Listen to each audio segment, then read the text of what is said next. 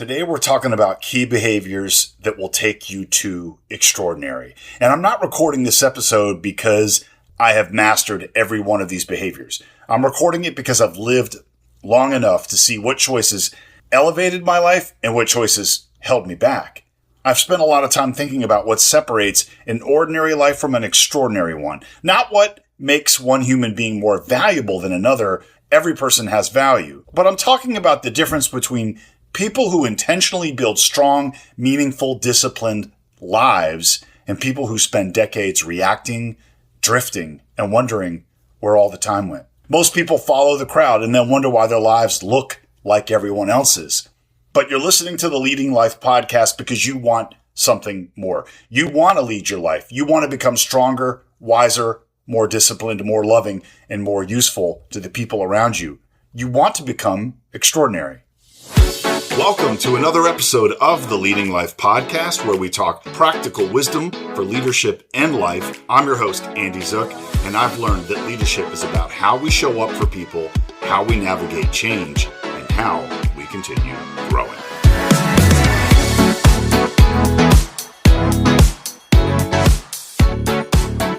Right now on today's episode, key behaviors that take you to extraordinary. Welcome to the Leading Life podcast, where we talk about what it takes to grow, lead, and live with purpose. No fluff, no empty motivation, as I always promise, just real tools that you can use right now today. I'm your host, Andy Zook, and reminder for you is that this is not a podcast to sit around and discuss theory. It is a podcast for you to take action. So that's what we're going to do. And over the past few years, I have become obsessive about learning from people who have built extraordinary lives. And I don't know why I wasn't more into that in my youth. I think I was just living, in the moment, especially in my 20s and 30s. I guess it was more of a just go, go, go. And maybe I was sort of relying on this destiny to happen that I really had no control over. I would say I was always driven, like I said, but I wouldn't say all my energy was going into the best things. So in order for me to help others build a fulfilling life, I had to really get behind the mindset. So let's start here. So imagine a big room filled with 1,000 people. And for the sake of this thought experiment, every person starts with the same opportunities and same advantages. Come back to that room 30 years later, and I believe that room would look very different. Out of that 1,000, your extraordinary, your elite level is probably 2 to 3% out of that 1,000. That means about 20 to 30 people. And that group consistently lives with excellence in every major area of their life. And the characteristics of this would be exceptional integrity. They're emotionally mature and accountable. They're physically healthy and disciplined. They're financially secure or wealthy. They develop deep and loving relationships. They're a lifelong learner. They stay calm under pressure. They leave other people in a better place, and they leave a legacy. And the question that elite and extraordinary group would ask would every day they wake with, how can I become the very best version of myself? The next group of people, I would say maybe 12 to 18% of that 1,000. So that may be like 120 to 180 people. I would deem them very successful. They have built an intentional good life. Their characteristics would be financially responsible, strong work ethic, good health, stable relationships, reliable, respected. They continue learning and they give back when possible. They're living, again, very intentionally, but they may not pursue excellence in every area. But they wake every day with that question of, how do I keep improving? The next group would be moderately successful. I would say this would probably be your biggest group, 35 to 40% of that 1,000. So about 350 to 400 people. These people have built a comfortable and respectable life. There's nothing wrong with that. Their characteristics would be stable job. They pay the bills. Family is reasonably healthy. They're a good person. They have hobbies. They explore personal growth, and they mostly react to life rather than designing it. Nothing wrong with this group at all. Like I said, they're simply just not striving, though, for more. And then you would have the average group. This is actually probably about 30 to 35% of the 1,000, and it would be 300 to 350 people. And again, average is not an insult. It simply means living like pretty much the crowd, pretty much like everybody else, keeping up with who you hang with, right? Show me the 5 people in your life and I'll show you who you are. Characteristics: work hard. They watch a lot of TV. They engage in a lot of social media. They live paycheck to paycheck or close to it. They don't read much. They rarely challenge themselves. They make decisions based on comfort, and they let life happen instead of directing it. And they may wake up thinking, well, I guess this is just how life is. Rather than asking, can they do better? They accept it. And then you would have below average. This would be about 10 or 15% of that room of 1,000. So about 100 to 150 people. These people consistently make decisions that work against their own future, which is scary, right? So they engage in poor financial habits. They have little or no accountability. They live an unhealthy lifestyle. They blame others for most of their problems. They don't invest in learning. They engage in toxic relationships, and they give up easily.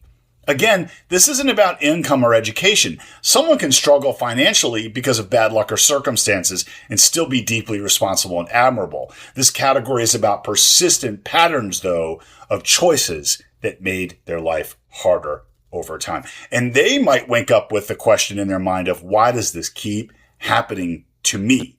But yet they don't really seek the change. Okay, so let's talk about the research for this episode and the behaviors that we're going to talk about. When researchers follow people, not for 6 weeks, not for a year, but across entire lives, powerful patterns begin to emerge. A famous study called the Harvard Study of Adult Development points to the importance of close relationships in happiness, health, and aging well. So part of that is referenced in here. Also, the Dunedin study, which shows that self-control and impulse regulation are associated with major later life outcomes, including health, financial stability, addiction risk, and overall life stability. And then lastly, the Terman Life Cycle study reminds us that intelligence alone is not enough. Conscientiousness, meaning being dependable, disciplined, thoughtful, and persistent, will matter over the decades of your life. These studies are observational. They do not prove that one trait determines destiny. There is biology, there's opportunity, there's environment, there's hardships that many of us all face, there's relationships and the complexity of that. All that matters. All these chances matter. But together, they point toward 3 endearing truths. What these 3 studies will tell us is that relationships protect the life you're building. The Harvard study findings suggest that extraordinary living cannot be separated from human connection. I'm going to say that again. Extraordinary living cannot be separated from human connection. The second thing these studies tell us is that self-control determines direction. The Dunedin findings show us how repeated impulse management can influence health, wealth, and stability. Third, conscientiousness creates consistency. The Terman findings suggest that being dependable, prudent, and persistent can matter tremendously over a lifetime. When you put that all together, love gives life meaning, self-control keeps life on course, conscientiousness turns intention into reality. Okay, so let's get into our 10 research-backed behaviors of extraordinary people. All right, so these are the key behaviors. Number 1, they tell themselves the truth. Before responsibility comes honesty. Extraordinary people accurately access their health, finances, relationships, habits, and performance. They don't confuse good intentions with good results. And the actionable step that they take is they choose an area of their life. They write down the facts without excuses. And they say, what are my current behaviors actually producing? A close friend of mine built an incredible life. In only 41 years, he created this life with his own hands. And then he married an extraordinary partner. And together, they became twice as strong. And I once asked him what propelled him. He told me that when he returned to the streets where he grew up, he saw many of the same people doing the same things day after day. So flying home to Orlando one time, he made a decision. He said, I don't want that to be my life. And he told himself the truth about where one path was leading, and he chose another. And he has built an amazingly successful life. So habit 1 is facing the truth, telling yourself the truth, and facing it directly. Number 2, extraordinary people take responsibility for what they can control. They acknowledge luck, hardship, environment, and unfairness, but they don't surrender their agency. So an actionable step they might take is at the end of the day, they ask, what was outside my control and what was mine to own? So, last year I went through the most difficult time probably of my life, losing my father to cancer. I went up to see him several times in Indiana, and each time he was a little worse. And I chose not to focus on him losing his abilities as much as being there to be helpful and let him know how much he was loved by me and his family. And that was our last few conversations. I could not control his slipping away from us, but I could make it as comfortable as possible for him. I needed to take action, and I needed to make sure that he was in a place of love and comfort and that he knew I was there for him. There are times in life where we can only make one choice, and that is to make the process maybe a little bit less painful. So again, asking yourself what was outside my control and what was still mine to own. I think almost every situation renders that. The third thing that extraordinary people do is they practice self-control. The Dunedin findings connect childhood self-control with later health, finances, substance dependence, and other adult outcomes. Follow-up research also associated stronger childhood self-control with slower aging and better preparation for midlife demands. So that includes, regulating impulses, delaying gratification, which we've talked about many times on the podcast, controlling emotional reactions, following through despite the discomfort of whatever you're doing, and then resisting choices that will damage your tomorrow. So they ask themselves before an impulsive choice, they pause and say, am I serving my future by doing this, or am I satisfying the moment? Look, I'll give you a small but honest example. I am not naturally reliable around snack food, potato chips, Doritos, whatever. If I walk aimlessly through the snack aisle, something is coming home with me. So I use a strategy. Instead of pretending I have unlimited willpower, which I don't, I make a list when I go to the store. I skip that aisle. I buy what I came for and I get out of there. And I run for my life. And sometimes the Doritos chase after me. Whatever you're about to do, is this serving my future or is this just satisfying the moment? Number 4, extraordinary people are conscientious.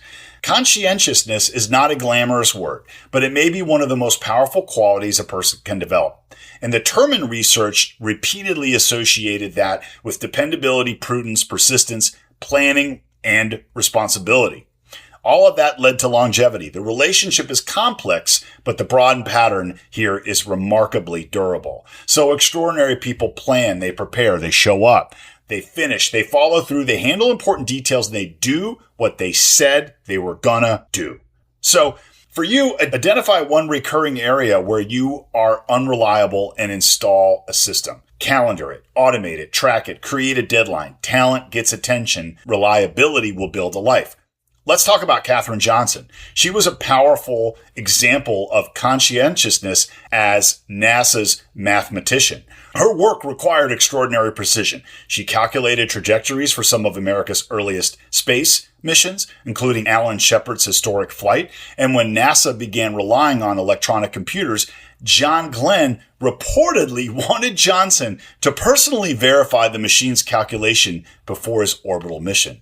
Think about what that says. In a mission where tiny errors in space could become catastrophic, her work had earned that extraordinary level of trust. She was brilliant, but brilliance alone was not the whole story. She was careful, she was dependable, she was thorough, and she was consistent. Her example reminds us that conscientiousness is not merely being organized, but it's doing your work so responsibly that other people feel safe placing something that important in your hands.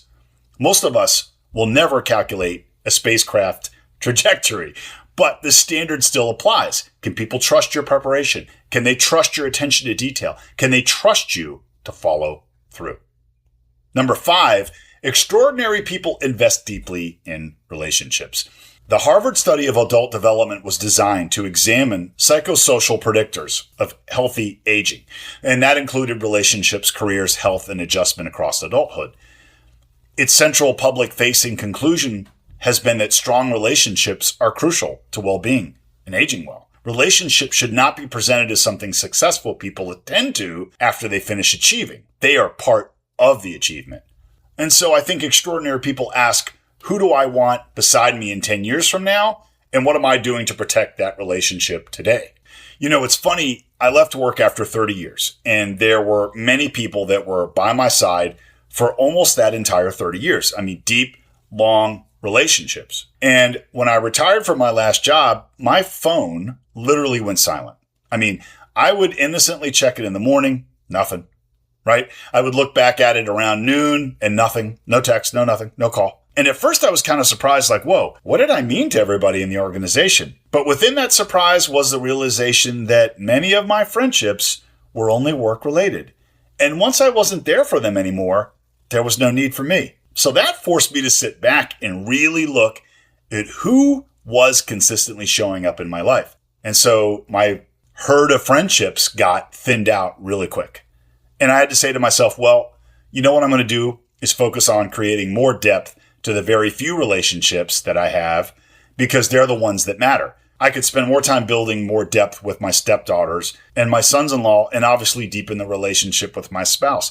And my other friends, same thing. My phone going silent was a wake-up call. Retirement did not leave me without relationships. It revealed which relationships needed more intention. And what I mean by that is you might really want to do an audit of who's for real in your life and who deserves your best, who deserves your depth.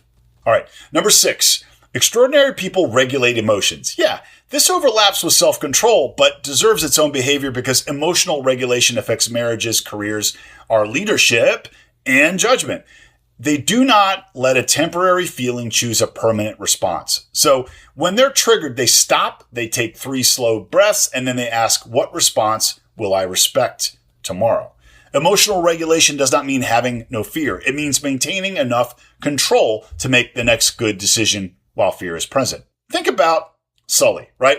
Think about Captain Sullenberger and the U.S. Airways Flight 1549, right? The Miracle on the Hudson. Shortly after takeoff, the aircraft gets struck by a flock of birds and suffers an almost complete loss of thrust in both engines. Sullenberger and his crew had only moments to assess their options before ditching the aircraft in the Hudson River. What stands out is not that there wasn't any pressure. The pressure was enormous, but what mattered was the training and emotional control prevented panic taking over that cockpit. Emotional regulation creates room for judgment because when we panic, it narrows our choices. When we let anger into our mind and into our heart, it narrows our choices. When we think about our ego, it narrows our choices. Extraordinary people learn to slow the moment down enough to respond wisely. Your crisis may not involve an airplane, but instead it may be an argument with your spouse, a confrontation at work, bad medical news, a financial setback, a driver cutting you off in traffic. The scale is different, but the question is the same. Can you remain in command of yourself when the situation is no longer under your command? You know, I once saw the opposite in a shopping center parking lot years ago. I'll never forget it. And I watched this grown man, probably around my age, surrendering control of himself over something minor. I think someone had cut him off or pulled out his car in front of him as he was walking into the shopping center. And I think about Sullenberger, who faced a genuine life and death emergency and remained disciplined. This other man faced a small inconvenience and behaved as though he had lost all authority over his mind. I genuinely watched him and felt sorry for him. Emotional control is not weakness, but rather it is survival. Number 7, extraordinary people protect and direct their attention. So attention determines what gets developed in our lives. And extraordinary people do not allow algorithms and outrage and notifications and other people's priorities to consume their best mental energy. They protect at least one uninterrupted hour or 2 of their day for their highest value work. There's nothing wrong with Netflix. Rest and entertainment matter, but nobody will stand at your funeral and say, wow, what an extraordinary life Grandpa and Grandma lived because they finished every season of Game of Thrones. At some point, we have to stop spending all our time watching somebody else's story and begin writing our own. Put your attention toward the things that light you up. Put pen to paper. Put your hands on that skill, on that craft, and build your life with your ideas, your concepts, your love, your heart, and stop giving so much energy to scrolling and TV's endless entertainment. We only lose ourselves in that process. What's that? I'm going to paraphrase, but what's that quote like? Something like, how come Lamborghinis don't have a commercial or advertisement for their cars or something like that? Oh, why don't they have a television commercial for Lamborghinis? And their answer is because People who sit and watch TV are not the people who buy our cars. Number 8, extraordinary people deliberately improve their capabilities. So they do not rely on experience alone. They seek feedback. They study their craft. They examine the mistakes they made. They learn from mentors. They continue adapting. Pick one high-value skill and practice it intentionally 3 times a week. This is one thing you can do right now. Repetition maintains skill. Examined repetition improves it. I'm not at the top of the podcast world. I may never be. But when I started, I truly had no clue what I was doing. So go back and listen to my earliest episodes and you'll hear it. Uneven sound, no defined pace, very little rhythm. Subject matter was a little more elementary, but I kept working at it. I studied, I recorded, I listened back, I adjusted, and I tried again and again. I don't know exactly where this podcast will go, but what matters is I love doing it. I love talking with you, and I want each episode to be the best work I can produce. My standard is not whether I sound like anybody else. My standard is whether I'm better than I was a year ago or my last episode. No matter what your skill is, and I don't care if you build model airplanes, keep working at it because you're not only going to get better, but who knows if you get so good, someone hires you to do it professionally. The other night, me and my wife were babysitting and we were watching Castaway with Tom Hanks. Amazing movie. And I turned to her and I said, you know, that particular artwork in the movie, in this one scene, was designed by my high school friend, Sean. Yeah, Sean O'Hara. Amazing. You know, he didn't finish high school. He went right into being an artist and made it. So he just kept working at his craft. He believed in it. He loved it. And he did incredibly well with it. Number 9, extraordinary people approach problems instead of avoiding them. So they don't enjoy every difficult conversation or challenge, but they simply understand that avoidance usually charges interest. So they take one meaningful step toward an avoided problem within immediate time. They make the call, they open the statement, they schedule the appointment, they start the conversation. I have to do this with my life, especially with alcohol. I'm going to be very honest with you. It is so ingrained in American culture, and I'm sure in many cultures around the world, it just becomes kind of like everywhere you go, socially, there are drinks, there is alcohol. And for years, that was woven into all of our weekends, celebrations, restaurants, concerts, and relaxation. I grew up in that world of this is just what people do. But eventually I had to stop and ask a harder question. Is this pattern helping me become the man I say I want to be? And that doesn't mean I have every answer immediately. It means I stopped avoiding the question.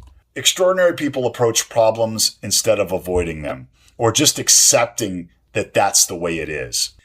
Number 10, extraordinary people contribute beyond themselves. Yeah, you know, an extraordinary life cannot be defined only by personal optimization. Eventually the question becomes, who is better because I was here on earth, right?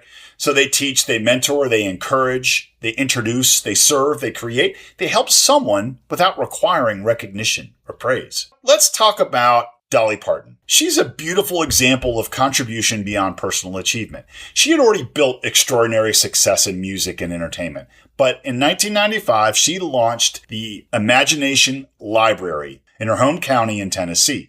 And that program began by sending free books to local preschool children. It eventually expanded far beyond that community and now mails millions of books every month to young children around the world. And what I love about this example is that she connected contribution to something personal. Her father was highly intelligent, but he never learned to read.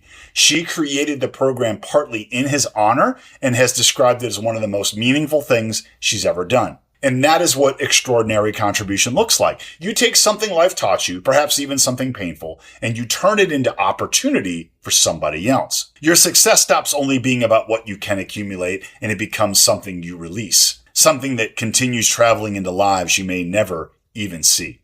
Now, maybe our contributions do not operate at Dolly Parton scale, but scale's not the requirement. I may never know where this episode lands with you. Maybe one sentence will reach somebody on a morning when they need it. Maybe a leader treats an employee differently. Maybe a husband listens more carefully to his wife or vice versa. Maybe somebody decides not to give up. Contribution does not have to become famous to become meaningful. Listen, extraordinary people govern themselves well. They care for their relationships and they consistently do what matters. Self-control protects your future. Conscientiousness builds your future. So let's talk a little bit more about the psychology behind all of this, because most people already know they should exercise, save money, control their emotions, and strengthen their relationships. The problem is rarely a lack of knowledge. The problem is the distance between what we know and what we consistently do.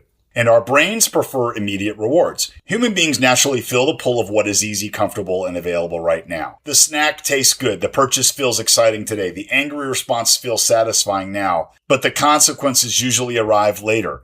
Better health arrives later. Financial freedom arrives later. Mastery arrives later. This is why self-control matters so much. Extraordinary people learn to tolerate a little discomfort today in exchange for a much better life tomorrow. The crowd makes average people feel normal. Yeah, we're deeply influenced by what people around us are doing. Think about it. If everybody's overspending feels normal to us. If everybody's drinking alcohol at every occasion we go out, that feels normal. If everybody constantly is distracted, distraction feels normal. Have you walked into a restaurant lately and seen a family all on their phone? If everyone complains but no one ever takes action, helplessness spreads and starts to feel normal. But normal and healthy are not the same thing. Common and wise are not the same thing. The crowd may explain your behavior, but it does not have to determine your future. People will say, hey, I'm trying to work out. I'm trying to save. I'm trying to become more disciplined. But extraordinary behavior becomes consistent when the question changes from what I'm trying to do to what I'm becoming. So I'm someone who takes care of their body. I'm someone who tells the truth about money. I'm someone who does not lose control when I feel anger. I'm someone who finishes what they start. Every action becomes evidence. Every time you keep a promise to yourself, you strengthen that identity. Every time you break one, you weaken it. Again, one decision does not define you, but repeated decisions eventually do. I don't want to also overestimate willpower. We think strong people should be able to resist temptation anywhere, anytime. But extraordinary people do something much smarter. They redesign the environment. They remove the temptation. They automate the savings. They schedule their workouts. They turn off notifications. Like me, they run from the snack aisle. They put the book where they can see it, and they place their phone in another room. It's not weakness, it's wisdom. Do not make every good decision fight for its life. And then small actions create psychological momentum. There's another trap that people fall into. I'm sure you've seen this. They believe meaningful change has to feel dramatic. It's going to look like the movies. It doesn't. It's not sexy. A 10-minute walk counts. One honest conversation counts. 1 hour of focus work counts. Small wins create evidence that you're capable of change. That evidence builds confidence. Confidence creates action. Action creates more evidence. And eventually, what once required enormous effort begins to feel like part of who you are. The other thing I wanted to say to you as well is that extraordinary is not a personality type. Some people hear the word extraordinary and assume those people were simply born different, more motivated, more confident, more disciplined, more talented. But confidence is not something you wait and feel. Reliability is not a personality trait reserved for lucky people. These are behaviors that can be practiced. You do not need to feel extraordinary before you act differently. You act differently long enough that your life begins to change. If we go back to the first example in this episode, my friend that would fly back to his home state and see people doing the same things over and over year after year, that is someone who grew up very differently than me and probably did not see a whole lot of opportunity. But you know what? He created it. He became that person. He became motivated. He gained confidence. He became disciplined. He learned. He paid attention to those that would help him. And he built an incredible life. He kept striving for extraordinary. And so here's your call to action for this episode. I do not want you to listen to these 10 behaviors and feel motivated for 20 minutes and then return to the exact same patterns tomorrow. Don't do that. That's what average does. They follow the crowd because that's what the crowd does. Motivation without action is just entertainment. Don't listen to me for that. I want you to conduct what I call an extraordinary life audit. I want you to choose one area. Just pick one. Don't overcomplicate this. And what is going to give you the most bang for your buck? So maybe it's health, maybe it's finance, maybe it's marriage, maybe it's emotional control, it's your career, it's your attention span. Don't choose all of them, just choose one. And then I want you to state the truth to yourself. Write down this question. What are my current behaviors actually producing? So if you pick finance, right? Probably a lot of people will. What are your current behaviors with handling money? And what is it giving you? Do not write what you intend. Do not write what you hope happens. Write the truth. What do the numbers say? What does your body say? What does the calendar say? What do the people closest to you experience? Your results are giving you information. The third step too is identify the behavior. Ask which one behavior from today's episode would improve this area. Do you need more self-control? Do you need to be more honest with yourself? Do you need emotional regulation? Do you need greater conscientiousness? Think about those things. Choose one behavior. And then step 4, take action within 24 hours. Make one small action clear and immediate. Sitting down with your money, looking at your bills, and what you're going to do to get them in line. Do something within the next 24 hours that your future self will thank you for. Maybe it's more importantly having a talk with your spouse about where you are financially, if that's what you choose. And then step 5, I want you to repeat it for 7 days. For the next 7 days, keep one promise to yourself around that behavior. Track it. Put a check mark on your calendar. Do not depend on memory. Do not depend on motivation. Build evidence. And at the end of 7 days, ask, am I beginning to become the person I said I wanted to be? I want to wrap this up with this. And you do not need to transform your entire life this week. Just tell yourself one truth, face the problem, protect 1 hour, strengthen a relationship, control the impulse, keep your promises to yourself, and then do it again the next day. Because the distance between ordinary and extraordinary is rarely one big giant step. Like I always say, it's small decisions. The ones that people avoid, the ones the crowd around us avoids. And those small decisions, if you make them consistently, will get you there. All right. These are the things extraordinary people do. Tell yourself the truth. Take responsibility for what you can control. Practice self-control. Be conscientious. Regulate your emotions. Approach problems instead of avoiding them. Protect and direct your attention. Deliberately improve your capabilities. Invest deeply in relationships and contribute to the world beyond yourself. All right. So that is today's episode. I know it was a long one. I hope it was helpful. If this made a positive impact on you, please share it with someone who needs to hear it. And I would truly appreciate a quick rating or review on whatever platform you hear me on. Please, please, please get a rating out there so we can get this podcast out to more people. And don't forget to hit subscribe so you don't miss what's coming up next on the Leading Life Podcast. I'm Andy Zook. Remember, I want you to lead with purpose, live with intention, and keep becoming who you were meant to be. But most importantly, go out and be the hero in somebody's story today. I'll talk to you on the next episode. Can't wait. Take care. Bye.